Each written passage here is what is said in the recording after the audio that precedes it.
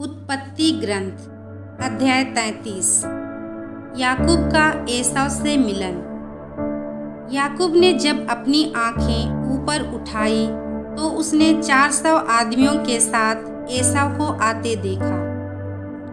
उसने लेया, राहेल और दोनों दासियों को उनके अपने अपने बच्चे दे दिए। उसने सबसे आगे दासियों और उनके बच्चों को रखा, फिर अपने बच्चों के साथ लेया को और सबके पीछे राहेल और यूसुफ को। वह आगे बढ़ा और अपने भाई के पास पहुंचकर उसने उसे 7 बार भूमि पर झुककर प्रणाम किया।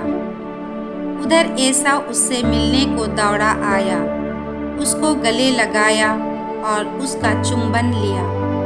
वे दोनों रोने लगे। उसने अपनी आंखें उठाकर जब बच्चों के साथ स्त्रियों को देखा तो पूछा, ये जो तुम्हारे साथ हैं कौन है?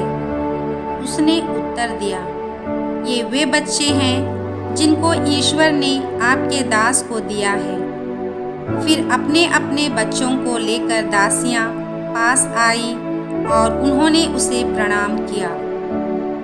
उसी प्रकार लेया भी अपने बच्चों को लेकर पास आई और प्रणाम किया। अंत में यूसुफ और राहेल ने पास आकर प्रणाम किया। तब एसाव ने पूछा, जो झुंड मुझे रास्ते में मिले उनसे तुम्हारा क्या अभिप्राय है? याकूब ने उत्तर दिया, वे मेरे स्वामी की कृपा प्राप्त करने के लिए थे। एसाव ने कहा, भाई, मेरे पास तो बहुत कुछ है। जो तुम्हारा है उसे तुम अपने पास ही रखो। याकूब ने कहा, नहीं, मैं आपसे प्रार्थना करता हूँ कि यदि मुझ पर आपकी कृपा दृष्टि है तो आपको मेरी इस भेंट को स्वीकार कर लेना चाहिए। मेरे लिए तो आपके दर्शन ईश्वर के दर्शनों के तुल्य है, क्योंकि आपने मेरा स्वागत किया है। मैं फिर आपसे प्रार्थना करता हूँ कि जो उपहार मैं आपके लिए लाया आप उसे स्वीकार कीजिए, क्योंकि ईश्वर ने मुझ पर बड़ी कृपा की है और मेरे पास बहुत है। जब इस प्रकार याकूब ने उससे आग्रह किया तो उसने उसकी भेंट स्वीकार कर ली। तब एसाव ने कहा, हम शिविर उठाकर आगे चलें, मैं तुम्हारे साथ चलूँगा।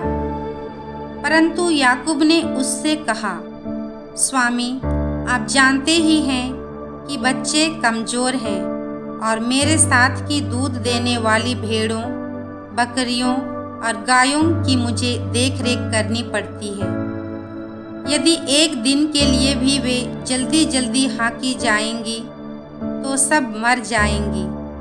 इसलिए मेरे स्वामी अपने दास के आगे चलें और मैं अपने साथ के पशुओं और बच्चों की चाल के अनुसार पीछे से तब तक धीरे धीरे आऊँगा जब तक मैं अपने स्वामी के यहाँ सेईर तक ना पहुँच जाऊँ। एसाव ने कहा, मैं अपने आदमियों में से कुछ को तुम्हारे पास छोड़ जाता हूँ।